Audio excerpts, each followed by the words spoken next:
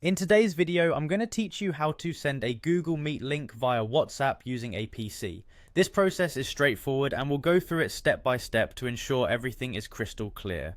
Let's begin by opening Google Meet on your computer. When you're on the Google Meet homepage, you'll need to initiate a new meeting. You do this by clicking on the New Meeting button. Once you click there, you'll see a couple of options. You can either choose to create a meeting for later, which is great if you're planning ahead, or if you need something immediate, go ahead and select Start an Instant Meeting.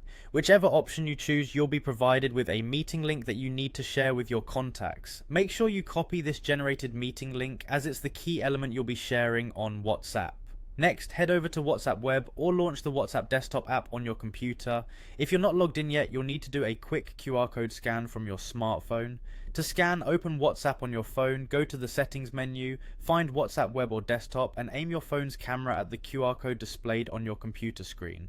This step will log you into WhatsApp on your PC, enabling you to easily access your chats. Once you're logged into WhatsApp on your computer, locate the chat where you want to send the Google Meet link. This could be an individual chat or a group chat, whatever suits your needs. Click to open the chat, and in the text box where you typically type your messages, go ahead and paste the Google Meet link. To paste, you can usually right click and select paste or use the keyboard shortcut Ctrl+V on Windows or Command+V on Mac.